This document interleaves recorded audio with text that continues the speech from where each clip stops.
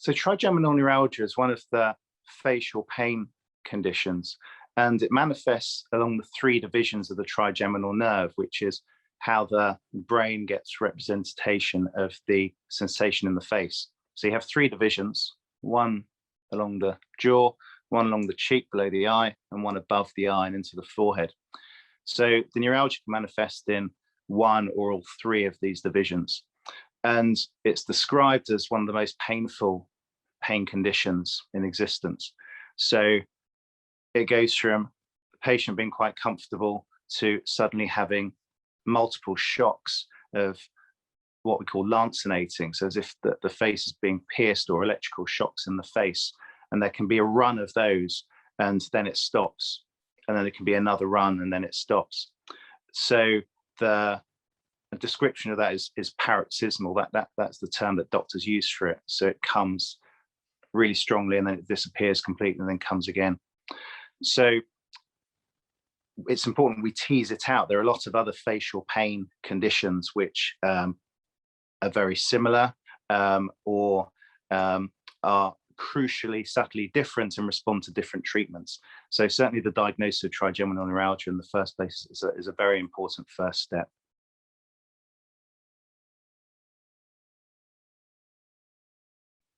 So why it occurs, we don't yet know. In 50% of patients, approximately, there is a blood vessel pushing against the nerve just as it enters the brain. And our main operation for this is to create a bit of space and a bit of a buffer between the blood vessel and the nerve, so it's not pushing on the nerve anymore. But as I say, that occurs in only about 50% of patients. So the others aren't clearly understood. Multiple sclerosis can also produce trigeminal neuralgia, and that can be from changes within the nerve, but also changes within the brain. In terms of what's happening to manifest this horrible pain, it's thought that there's a jump of electricity along the nerve in an uncontrolled fashion, just at the point where it reaches the brain, where you change from the wrappings around the peripheral nerves that go into the face to the wrappings around the nerves of the brain. So that interface is a point of potential weakness and a point of electrical chaos. So that's the prevailing theory. In terms of actually triggering it, for someone who already has trigeminal neuralgia, there are multiple different triggers, but they tend to be quite classic. So touching the face, cold wind against the face, chewing, brushing the teeth, cold drinks.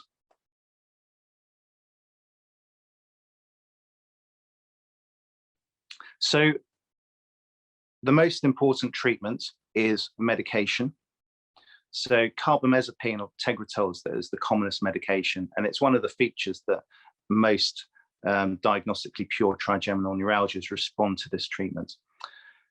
Other medications can be added to that if it's insufficient, or the patient has adverse effects from the Tegretol, which is limiting how much they can receive.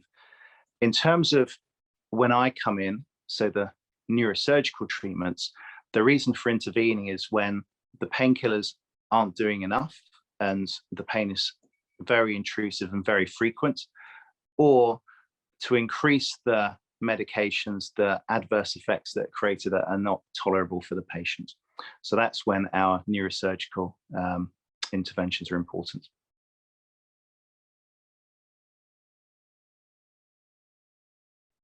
In terms of our neurosurgical options, there are three broad options. Number one is surgery, and that's at the base of the skull behind the ear, where we drill a small window in the skull and tease the blood vessel away from the base of the brain. That's called a micro, because it's under the microscope, vascular, because it's a blood vessel loop, decompression. We're taking the pressure off that nerve.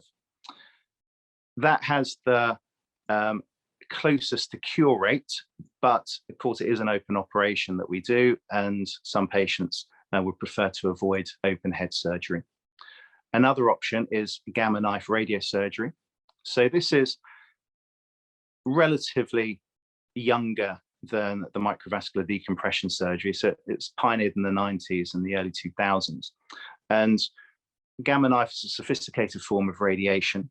And rather than the cancer treating radiotherapy, where a whole wave of radiation goes over the brain, Gamma knife supplies multiple innocuous rays in different directions, and where they cross over is where they provide a noxious dose. So in that way, the brain can receive very little radiation, but the target, the trigeminal nerve, can receive a big dose of radiation.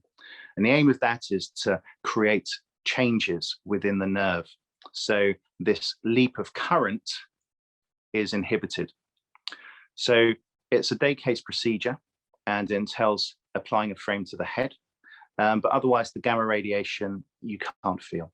So the actual treatment itself is painless after the frame's gone on. In terms of the outcomes, it's not quite as good as surgery, but it has a much lower risk profile. So although the risks of surgery are low in the current era, there's still an important risk of stroke or wound healing problems. With Gamma knife, it's incisionless. We don't open the head. The patient comes in on the morning and they've gone home by lunchtime. And you could call it a day case or even an outpatient procedure. They may have some headache for a couple of days afterwards when the frame comes off, but that settles down, and paracetamol is all they need to get through that ordinarily. And the important thing about Gamma knife is, whereas the surgery and other treatments such as through the face can give you instant improvement in the pain, we have to be a little bit patient with the Gamma knife effect. Because Gamma knife is more of a gentle treatment, it takes a little bit longer to have its full therapeutic profile reached. So it's about 1 month. Some patients can say the next day it gets better or within a week, but they tend to be the exception. It's usually about a month that patients notice to see an improvement. And I certainly don't make a judgment on whether the Gamma knife has worked for at least 3 to 6 months. So the changes that occur in the nerve are subtle and progressive, and it ramps up during that period.